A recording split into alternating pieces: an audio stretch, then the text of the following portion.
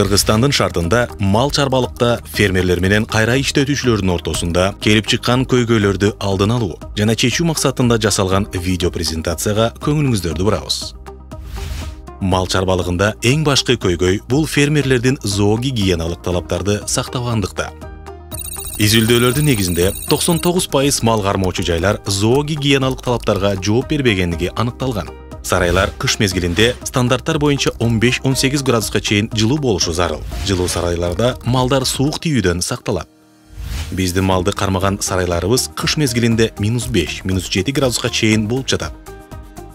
Ошондуктан малдын продуктуулугу, малдын жеген тойтунун энергетикалык балуулугу көп сүттүн чыгарып бергендин ордуна малдын организмин жылытуу үчүн гана жумшалып жатат. Малкананын стандарттары жана кышкы мезгилге даярдоо. Уйлар менен музоолор малканада бирдей шарттарда жашашат. Малдарды байлап багуунун артыкчылыктары. Эмдөө, дарылоо жумуштарын жүргүзүү оңой. Малдар бири-бирин сүзүп койбойт. Ар бирине нормадагы тоютту берүүгө болот. Малкананын дуалдарын тургузууда ылайга саман кошулуп даярдалса, анын ичи жылуу болот. Дуалдарды сөзсүз түрдө кум жана цемент аралашмасы менен шуап, актап коюу керек. Сарайлар зоогигиеналык талаптарга жооп бербеген учурда малдарга кандай таасири тиет? Бул сөзсүз түрдө малдардын туяк оорулары, мастит жана башка ооруларга туш болушуна алып келет. Ал эми бул көйгөйлөр биздин фермерлердин капчыгына түздөн-түз таасир этет.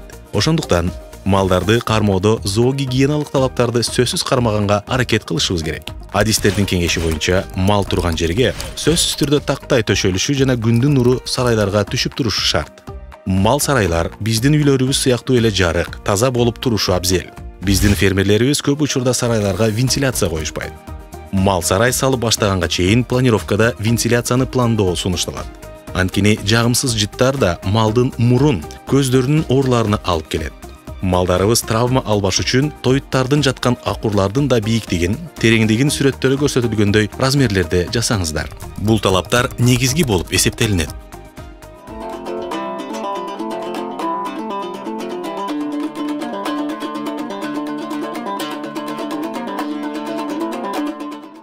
Малдар акурдун ичинде буттарын салып булгабашы үчүн 115-120 см бийиктикте горизонтал тосуп коюлат. Малдын жатып эс алуучу аянты бир малга эсептегенде 2,5 квадрат метрден кем болушу шарт. Анын узуну 190 см, ал эми туурасы 140 см болгону талапталат. Ал аянчаны бышкангычтардан корса, ал узак мөөнөткө кызмат кылат. Аянчанын бетине майдаланган саман төшөп койсо, талапка ылайык туура болот. Аянчанын акыр турган тарабынын деңгээли салыштырмалуу 4-5 см бийик болгону жакшы. Себеби малдын сидиктери агып, чуңкурчага чогулат. Малдын жаткан жерлери кургак турушуна өбөлгө болот. Малдардын продуктивдүүлүгүн жогорулатууда, анын ичинде кышкы сүт үчүн жарыктын жана күн нурунун таасири өтө чоң. Ошондуктан терезелердин түштүк тараптан болушу малканадагы температуранын жогорулашына, нымдуулуктун азайышына, жаткан жердин курук болушуна шарт түзөт. Эшикти малкананын күн чыгыш тарабына орнотууну сунуштайбыз. Малканадагы температураны көзөмөлдөө жана зыяндуу газдардан арылуу үчүн вентиляция жагын ойлонуу керек. Малкананын үстүнөн жыгачтан же кыштан жасалган шахта же темир түтүк орнотсоңуз болот. Шахтанын кесилиши 50 же 70 см болуусу зарыл. Түтүктүн диаметри 50 см-ден кем болбошу керек. Андан жамгыр суулары агып кирбеши үчүн анын үстүнкү бөлүгү суу өтпөс материал менен корголушу керек. Малдардын жугуштуу оорулардан алдын алуу маселеси фермерлер үчүн биринчи орунда болушу керек. Бул да болгон иш-чара малдын продуктивдүүлүгүн жогорулатат. Ал эми мамлекет тарабынан берилген вакциналарды өз убагында жасап туруу иш-чарасы да маанилүү. Көп фермерлердин айтуусу боюнча малдардын породасы начар. Уйлар асыл тукум породалардан эмес, ошондуктан сүт аз алынат деп айтышат. Бирок породалуу малдар болбосо дагы биз төмөндө айткан зоогигиеналык шарттар колдонулуп, аткарылса, анда алынган сүттүн көлөмү көбөйөт жана мал эт багытында багылып жаткан болсо, анда да эттин салмагы кошулат. Албетте бул шарттарды аткаруу жөнөкөй фермердин колунан келе турган нерсе. Тоют бергенде да бир түрлүү тоют бере бербестен концентрат кошулган тоюттарды дагы аралаштырып берүү зарыл. Жогоруда айтылгандай, малды оорудан алдын алууда ар кандай иш-чараларды жүргүзүү тийиш. Азыр болсо, мал баккан фермерлерде көп кездешкен көйгөй бул уйлардын мастит оорусуна чалдыккандыгы. Маститтин келип чыгуу себептери эмнеден болот?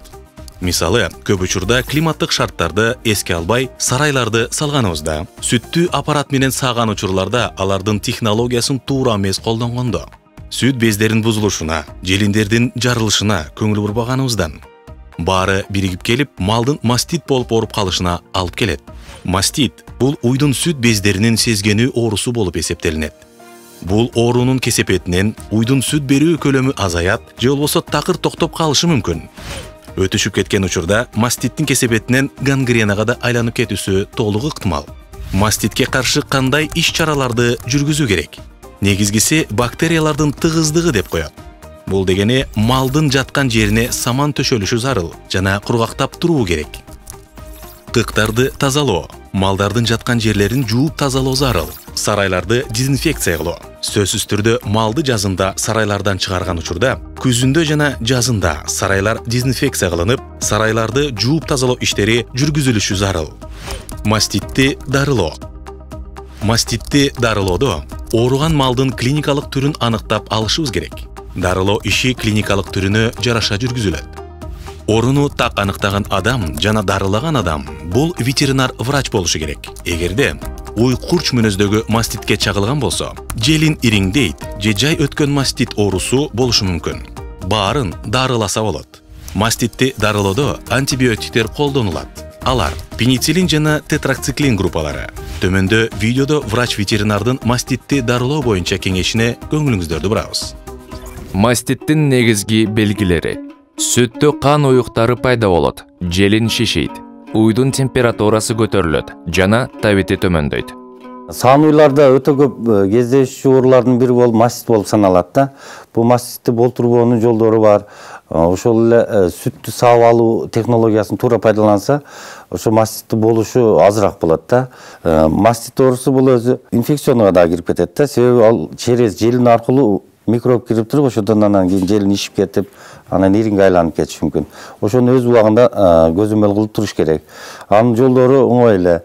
Жылуу сууга марлени салып алып туруп, ысык желинди арчып, жууп анан салса, микроб дагы кирбейт. Сүт дагы таза салынат. Ошондой эле торпоктарда эмгенде, катуураак чайнап койгондо сезгенип калып туруп, без пайда болуп, маститке айланып кетиши мүмкүн да. Себеби бул маститти өз убагында айыктырбаса, ал хронически айланып кетиши мүмкүн да. Ошон үчүн өз убагында ветеринарга кайрылып, аны дарыласа, ошол жеңилдиктер болот. Анан дагы бир кездешүү нерсе, бул саа малдарды тууп бүткөндөн кийин баягы задержание последствий деп коет. Ошонусу калып калганда дагы малга өтө зыян келтирет да. Ал сүтүн дагы азайганына, оорусуна дагы.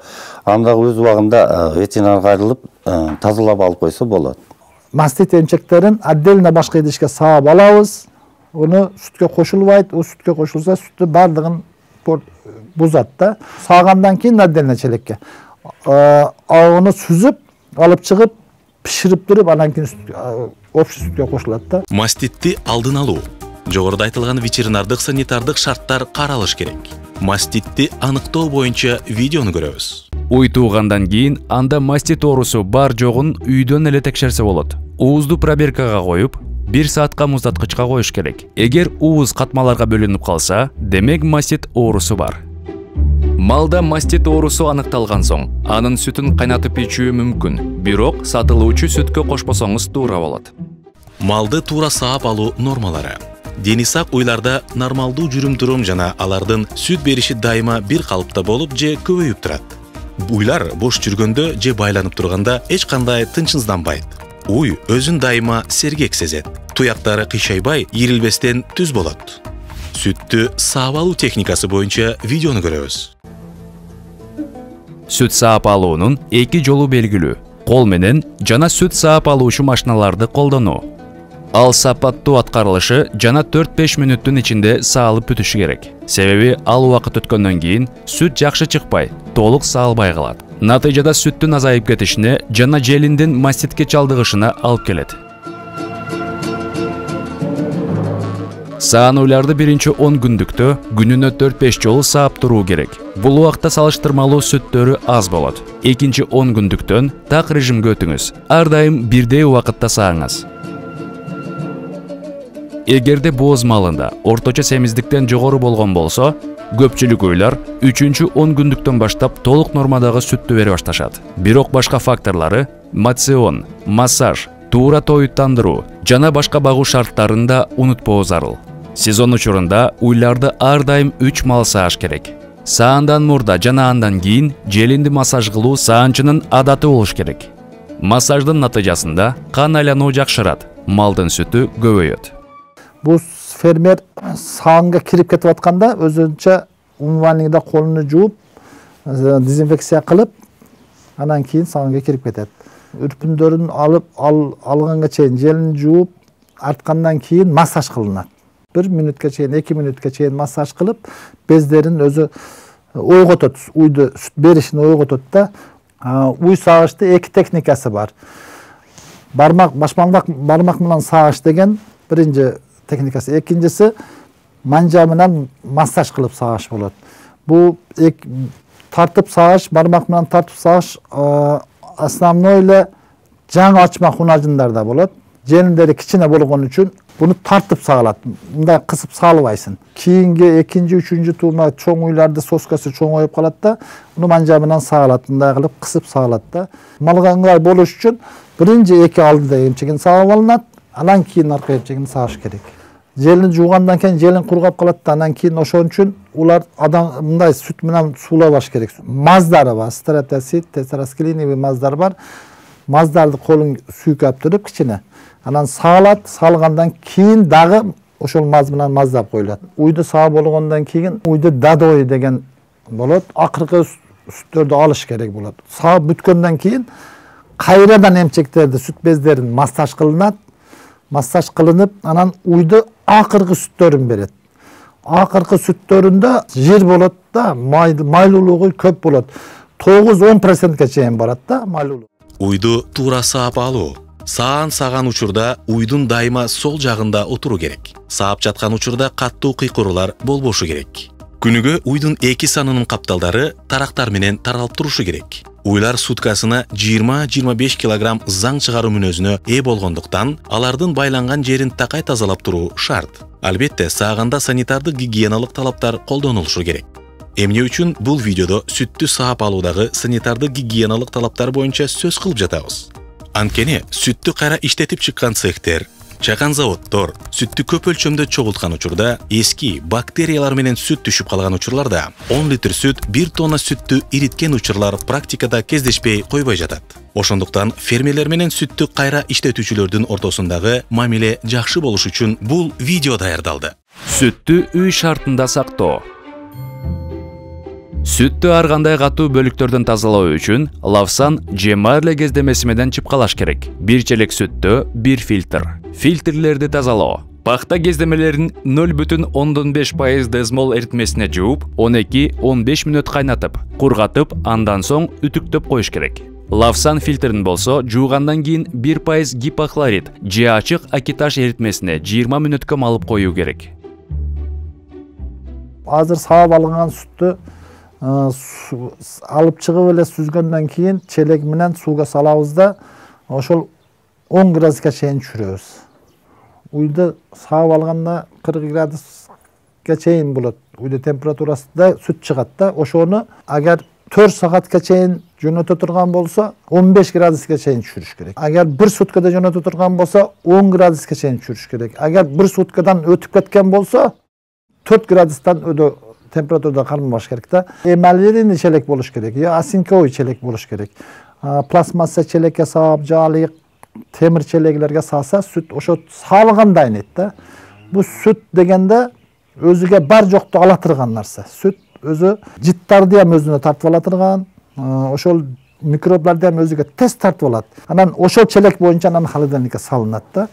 Сүт муздак болсо эле бактерия көп алып анын ичиндечи. Сүттү саап алгандан кийин аны үй шартында сактоо процесси. Сүттү кайра иштетүүчү ишкана сүттү үйдөн алып кеткенге чейин сөзсүз түрдө муздатуу керек. Көп учурда эмдөөдөн өткөндөн кийин саалган сүттү кайра иштетүүчү ишканага берип салабыз. Ал учурда антибиотик сүттүн составында жүрө берет. Сүттү кайра иштетип, сүттөн жасалган продукцияларда антибиотиктер чыгып калат.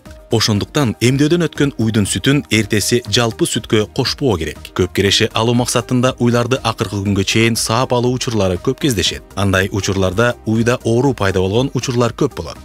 Уйларды туура байытуу учурунда төлдөшүнө 2 ай калганда жакшылап саап туруп, ар бир үрпүнө 10 грамм мастисан же мастицид дарысын коюп коюу зарыл.